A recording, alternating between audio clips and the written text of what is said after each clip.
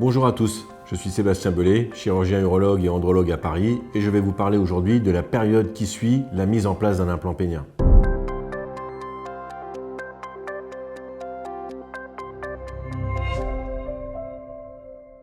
Si vous avez un problème d'érection sévère ou encore un problème d'érection que l'on n'arrive pas à traiter avec des médicaments et que vous avez décidé de vous faire poser un implant pénien, il est nécessaire que vous soyez informé du déroulement de la période qui va suivre l'opération. En effet, la prise en charge après l'opération fait partie intégrante de votre prise en charge globale. Le bon respect de certains critères va permettre d'obtenir un résultat de meilleure qualité et également un meilleur confort au cours des semaines qui suivent votre opération. La période qui suit l'opération commence le jour où vous allez quitter l'hôpital et vous allez retourner chez vous.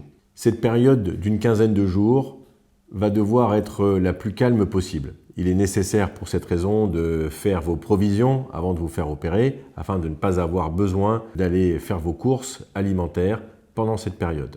Au cours de cette période, il est impératif de limiter au maximum vos déplacements, de limiter également les périodes pendant lesquelles vous allez être debout, sans bouger, et pendant lesquelles il va s'exercer une pression sur vos bourses. En effet, si vous êtes trop actif au cours de ces 15 premiers jours, si vous restez trop longtemps debout, à piétiner, le résultat va être l'apparition d'un œdème des bourses qui, en général, s'accompagne de douleurs. Donc il va falloir premièrement rester au calme. Deuxièmement, il va falloir garder votre cicatrice propre. À partir du jour où votre chirurgien vous autorise de retirer votre pansement, pensez à prendre une douche quotidienne en utilisant au niveau de la cicatrice chirurgicale un savon chirurgical. Vous pouvez par exemple utiliser un savon de bétadine ou encore un savon de type Ibiscrub.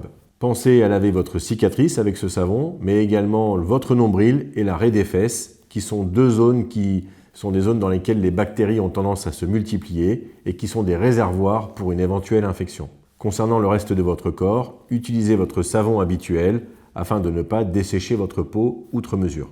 La troisième mesure que je vous propose est celle de lutter contre l'œdème des bourses en utilisant de la glace. Le jour de votre retour à domicile, vous pouvez apposer une poche de glace sur vos vêtements, surtout pas sur votre peau pour ne pas la brûler, et laisser cette poche de glace en contact environ 20 à 30 minutes. Je vous propose de poser cette poche de glace sous vos bourses, de vous asseoir dessus littéralement, et de répéter la manœuvre une fois par jour au cours des 3 ou 4 premiers jours post-opératoires.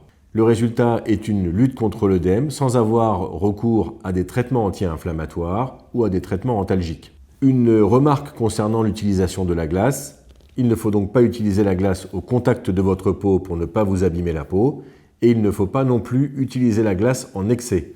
N'utilisez pas la glace pendant des heures, ne posez pas la poche de glace sur votre pénis pour ne pas créer de vasoconstriction, c'est-à-dire de fermeture des vaisseaux sanguins qui sont nécessaires pour obtenir la cicatrisation. La poche de glace, c'est donc dans un tissu sur lequel vous vous asseyez en étant vous-même habillé, et ça pendant 20 minutes, 1 à 2 fois par jour, pendant 3 jours.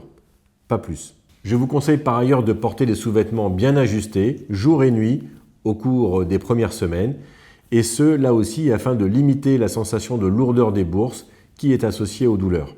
Vous pouvez ainsi utiliser des boxers ou encore des slips bien ajustés, ou encore, et c'est parfois plus efficace, utiliser ce que l'on appelle un jockstrap, qui est un sous-vêtement de sport. Vous pouvez en trouver dans les magasins de sport à des prix relativement bas. L'utilisation de sous-vêtements bien ajustés va permettre d'améliorer le confort et éventuellement même de diminuer la consommation en médicaments antalgiques. La troisième chose, pour diminuer le niveau de douleur, si vous en ressentez en post-opératoire, je vous conseille au moment de la douche d'utiliser une eau un peu plus chaude lorsque vous vous lavez les organes génitaux.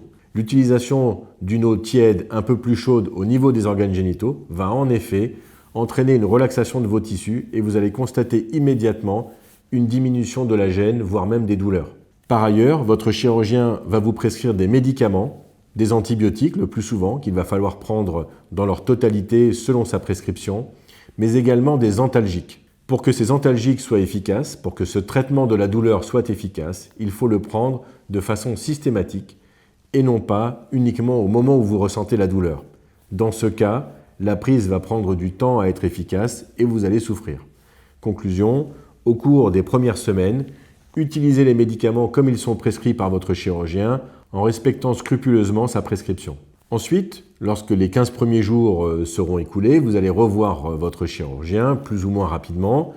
Il va vérifier le bon état de votre cicatrice et lorsque votre cicatrice cutanée sera obtenue, il va vous proposer de faire des exercices. Ces exercices post-opératoires visent à améliorer le résultat de votre chirurgie. Le premier exercice que je propose de faire à mes patients est de tirer sur la pompe de leur implant. Tirez doucement, sans trop exercer de force, mais de façon régulière, par exemple à chaque fois que vous vous rendez aux toilettes pour uriner ou quand vous avez la pompe à portée de main sous la douche ou au moment du coucher le soir. Cette traction sur la pompe va durer une quinzaine de secondes et elle va se faire en direction de vos pieds. Le résultat attendu est une pompe plus facilement accessible au moment de l'utilisation et une pompe également plus souple car elle ne sera plus entourée d'une capsule trop épaisse. Enfin, lorsque votre chirurgien va vous y autoriser, vous allez pouvoir remplir votre implant et dans ce cas, je vous propose de le faire de façon quotidienne, de remplir votre implant à chaque fois au maximum que cela vous est possible et ce, afin d'obtenir progressivement un relâchement de vos tissus et une récupération en volume de verge. Cet exercice, lorsqu'il est pratiqué régulièrement, va également vous donner une meilleure dextérité, une meilleure facilité d'utilisation de la pompe et ainsi, lorsqu'il sera nécessaire de gonfler votre implant pour un rapport sexuel, l'utilisation de la pompe ne sera pas une difficulté pour vous. Pensez à liker cette vidéo si elle vous a été utile, j'attends vos commentaires si vous en avez et à très bientôt.